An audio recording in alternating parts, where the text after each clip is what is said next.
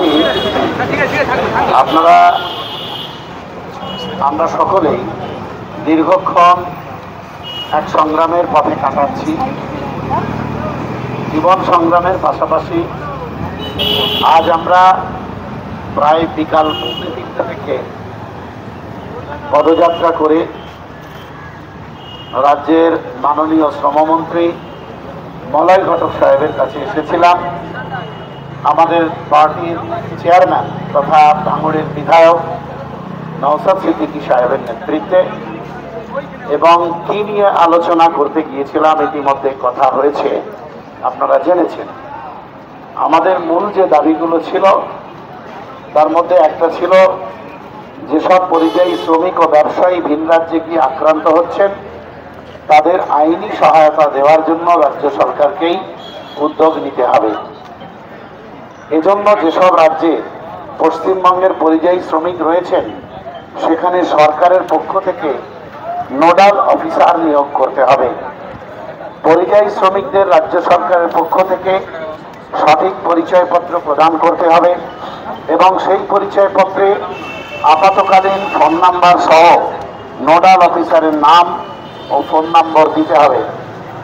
আক্রান্ত শ্রমিক যারা রাজ্যে ফিরে আসছেন তাদের মামলা চালানোর দায়িত্ব সরকারকে নিতে হবে। তাদের এই রাজ্যেই কর্মসংস্থানের সুযোগ রাজ্য সরকারকে করে দিতে হবে। পরিযায়ী শ্রমিকদের জরুরিকালীন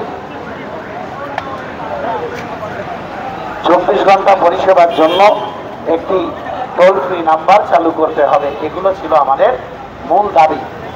এই দাবিগুলোর বাইরেও বেশ কিছু বিষয় আমরা আলোচনা করেছি। আমি প্রথমে আপনাদের এই দাবিগুলোর সমর্থনে কি আলোচনা হলো সংক্ষেপে বলবার চেষ্টা করছি, সেগুলো আপনারা সকলেই মন দিয়ে শুনবেন। যেসব পরিযায়ী শ্রমিক ও ব্যবসায়ী ভিন রাজ্যে গিয়ে আক্রান্ত হচ্ছেন তাদের আইনি সহায়তা দেওয়ার জন্য রাজ্য সরকারকে উদ্যোগ নেওয়ার কথা জোরালোভাবে তুলে ধরা হয়। সেক্ষেত্রে মন্ত্রী যেটা জানান, আমাদের প্রত্যেকেরই জানা উচিত সেইটা যে বর্তমান যে ভারতীয় ন্যায় সংহিতা এই বিএনএসে একটা জিরো এফআইআর অপশন দেওয়া হয়েছে। অর্থাৎ এখন আর সংশ্লিষ্ট রাজ্যে গিয়েই মামলা করতে হবে, সংশ্লিষ্ট রাজ্যে গিয়েই বা সেই থানায় এলাকায় কমপ্লেন করে আসতে হবে, এটা কোনো বিষয় নেই। এটা এই রাজ্যে ফিরে এসে যেখানে আপনার পক্ষে সুবিধা সেই থানাতে বা সেই আদালতে, সংশ্লিষ্ট এলাকার আদালতে মামলা করা যেতে পারবে। এটা আমরা দাবি জানিয়েছি। উনি বলেছেন যে মামলার খরচের কথা আপনারা বলছেন সেক্ষেত্রে বিবেচনা করবেন। এটা তো ওনার একার বিষয় নয়, এটা গোটা গভর্নমেন্টের বিষয়। সেই জন্য উনি বলেছেন যে আমরা বিষয়টা আপনাদের প্রস্তাব আমাদেরকে দিয়ে যাচ্ছেন, আমরা আলাপ আলোচনা করে আপনাদেরকে লিখিত জানিয়ে দেবো। কারণ উনি এর পরেও আমাদের কাছে লিস্ট চেয়েছেন যে পার্টিকুলার যদি লিস্ট আপনারা দেন তাহলে সেই পার্টিকুলার কেসগুলো আমরা করে আমরা আপনাদেরকে লিখিতভাবে জবাব দিয়ে দেবো। এটা উনি প্রতিশ্রুতি দিয়েছেন। কারণ উনি জানিয়েছেন যে ইতিমধ্যে আমাদের বিধায়ক পার্টির চেয়ারম্যান নওশাদ সিদ্দিকী সাহেব আজকের ডেপুটেশনের অনেক আগেই উনি বলছেন যে এই সমস্ত বিষয়গুলো বিধানসভায় আমাকে ধরেছেন এবং আমি যতটা পেরেছি তাকে উত্তর দেওয়ার চেষ্টা করেছি, যা আমার সাধ্যের মধ্যে ছিল। 2 নম্বর যে বিষয়টা, যেসব রাজ্যে পশ্চিমবঙ্গে পরিযায়ী শ্রমিক রয়েছেন সেখানে সরকারের পক্ষ থেকে নোডাল অফিসার নিয়োগ করতে হবে। এ বিষয়ে মন্ত্রী সাফাই যেটা হচ্ছে যে সংশ্লিষ্ট রাজ্যে নোডাল অফিসার নিয়োগ করার কোনো প্রয়োজন নেই। তার কারণ উনি যেটা বলেছেন, আমরা যদি সেটা প্র্যাকটিস করি খারাপ হবে না। আমি ওনার পক্ষে বলছি না, যেটা বাস্তব সেটা বলছি। উনি বললেন একটা অফিসার যদি আমরা ধরুন মুম্বাই শহরে নিয়োগ করি, নবী মুম্বাইয়ে কোনো সমস্যা হলো, তো সেই নোডাল অফিসারের কাছে দেখা করতে যাওয়ার পরিবর্তে এখন যেহেতু সব অনলাইন হয়ে গেছে, তাহলে সমস্ত কমপ্লেন, সমস্ত বক্তব্য অনলাইনে দেওয়া যেতে পারে। এবং সেই বিষয়ে উনি যে অফিসার দায়িত্বে আছেন মনীষা মুখোপাধ্যায়, তাকে সঙ্গে সঙ্গে ডেকে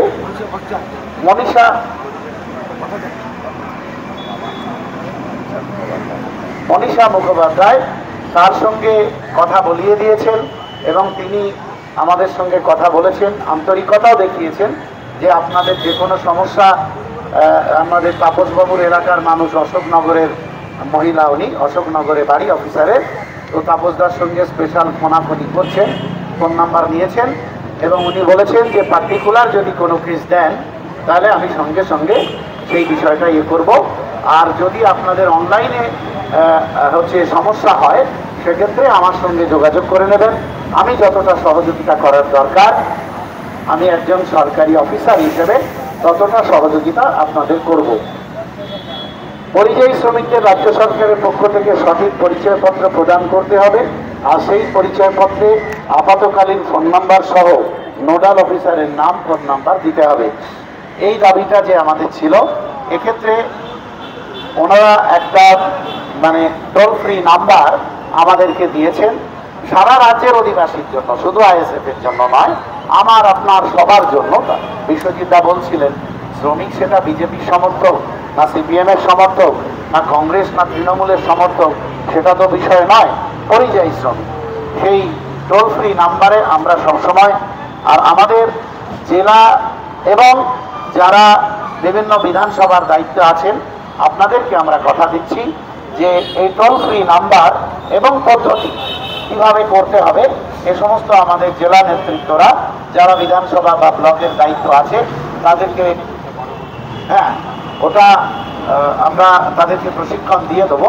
মন্ত্রীর কাছে আমাদের বিশেষ দাবি যেটা ছিল, ওনারা বলেছেন যে ওটা 12 ঘন্টার চালু আছে, 12 ঘন্টাও নয়, সকাল 10টা থেকে সন্ধ্যা 6টা পর্যন্ত।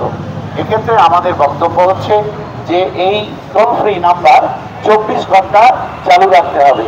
মন্ত্রী কিন্তু এটা মন্ত্রী মশাই সঙ্গে সঙ্গে অ্যাকসেপ্ট করেছেন এবং উনি বলেছেন টোল ফ্রি নাম্বারটা 24 ঘন্টা চালুর ব্যাপারে আমি এক্ষুনি কথা দিতে পারছি না, কিন্তু আলাদা একটা মোবাইল নাম্বার দিয়েছেন, এটা আমাদেরকে দিয়েছেন যে আপনারা পরিযায়ী শ্রমিক যারা থাকেন বিভিন্ন জায়গায় কাজ করেন, যতক্ষণ না টোল ফ্রি নাম্বার 24 ঘন্টা চালু করা যাচ্ছে ততক্ষণ একটা মোবাইল নাম্বার 24 ঘন্টার জন্য উনি উল্লেখ করেছেন, দিয়েছেন, সেটাতে আমরা সবসময় কমপ্লেন দিতে পারবো। আক্রান্ত শ্রমিক যারা রাজ্যে ফিরে আসতেন তাদের মামলা চালানোর কথা আমরা বলেছি, সেটা তো আগেই আপনাদের বললাম। কর্মসংস্থানের ব্যবস্থার কথা বলা হয়েছে, তারা কাজ করবে কোথায়, তারা যাবে কোথায়, এ বিষয়ে আমরা স্পষ্ট দ্ব্যর্থহীন ভাষায় ওনাকে জানিয়ে এসেছি যে দেখুন আমরা যে জানতে পাচ্ছি যে 1.5 কোটি অন্য রাজ্যের শ্রমিক এখানে আছেন। আমরা বলেছি যুক্তরাষ্ট্রীয় কাঠামোর দেশ, আমরা কাউকে চালানোর কথা বলতে পারবো না, এটা পসিবল নয়। আমার রাজ্যের শ্রমিক অন্য রাজ্যে থাকবে, অন্য রাজ্যের মজুর এখানে কাজ করবেন।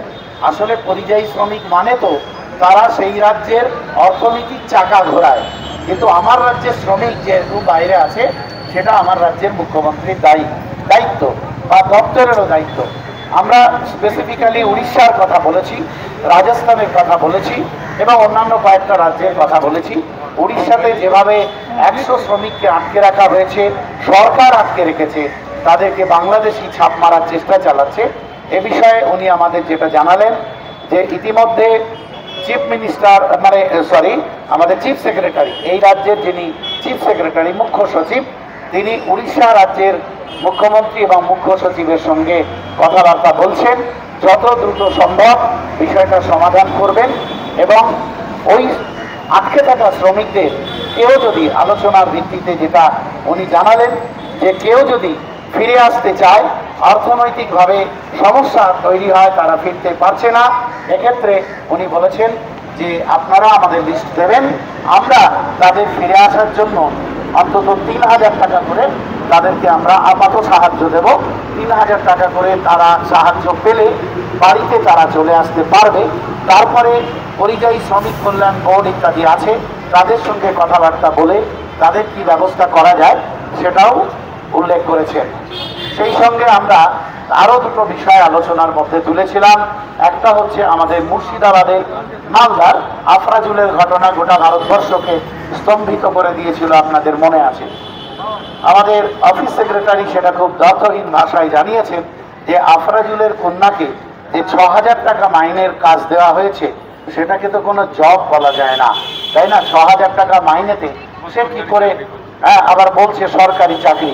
এ ব্যাপারে শ্রমমন্ত্রীকে আমরা বিশেষভাবে দায়িত্ব দিয়েছি যে আপনি বিষয়টা দেখুন এবং আপনি দপ্তরের প্রধান হিসাবে আপনি দায়িত্ব নিন এবং যাতে আফরাজুলের কন্যার ওই কাজটা যাতে পার্মানেন্ট সরকারি চাকরিতে উন্নীত হয় এবং আফরাজুলের আরেকটা কন্যা আছে তার যাতে কোনো কাজের ব্যবস্থা করা যায় সেটা আপনি ব্যক্তিগতভাবে উদ্যোগ নিন।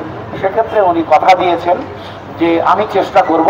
এই বিষয়টা এমন বড় বিষয় নয়, একটা শ্রমিক পরিবারের মানে সন্তানকে চাকরি কাজ তো আমরা দিয়েছি, তাকে যদি উন্নীত করা যায় সরকারি স্তরে সেটা আমি সংশ্লিষ্ট দপ্তরের সঙ্গে কথাবার্তা বলবো। আমরা আরও একটা বিষয় আলোচনা করেছি, আমাদের মোস্তাকিমরা যে এলাকায় আমাদের হুগলি জেলার কুমিরমড়া, হুগলি জেলার চণ্ডীতলা ব্লকের অধীনে কুমিরমড়া ভগবতীপুর, সেখানে বেশ কিছু আমাদের পরিযায়ী শ্রমিক ভাই থাকে রাজস্থানের বিকানিরে। আপনারা জানেন খবরের কাগজে এসেছিল, মিডিয়াতেও হয়েছে যে সেই বিকানিরে একটা গোটা বিল্ডিং, ভিন্ন ভিন্ন কারণ আছে তাতে, আমি তার মধ্যে যাচ্ছি না, গোটা বিল্ডিং বিধ্বস্ত হয়ে পড়ে এবং অনেক শ্রমিকের মৃত্যু হয়। তার মধ্যে আমাদের 3 জন পরিযায়ী শ্রমিকের মৃত্যু হয়। আমাদের পার্টি এক ঘনিষ্ঠ কর্মী রয়েছে, তার মৃত্যু ঘটে এবং সেক্ষেত্রে তার পরিবারটা অসহায় অবস্থায় আছে। উনি সেক্ষেত্রে এবং তার স্ত্রীও এখানে এসেছেন, তো সেটা উনি বলেছেন যে ঠিক আছে যদি হচ্ছে নিয়ে আসার জন্য লাশ বডি নিয়ে আসার জন্য যে সহযোগিতা করা হয় পশ্চিমবঙ্গ সরকারের পক্ষ থেকে সেটা হচ্ছে 25,000 টাকা দেওয়া হয়। উনি বলেছেন দেরি হয়ে গেলেও বডি চলে এলেও উনি মনীষাদিকে বলেছেন যে একটু বিষয়টা দেখবেন যাতে ওই 25,000 টাকা ওই আমাদের ওই মহিলা পেতে পারেন, সেটা উনি ব্যবস্থা করতে বলেছেন ওনার দপ্তরের অফিসারকে। এবং হচ্ছে অন্য রাজ্যে কাজ করতে গিয়ে দুর্ঘটনাগ্রস্ত হলে মারা গেলে যে সুযোগ সুবিধা আছে সেগুলো যাতে পায়, এই প্রস্তাবটা আপনাদের জেনে রাখা দরকার।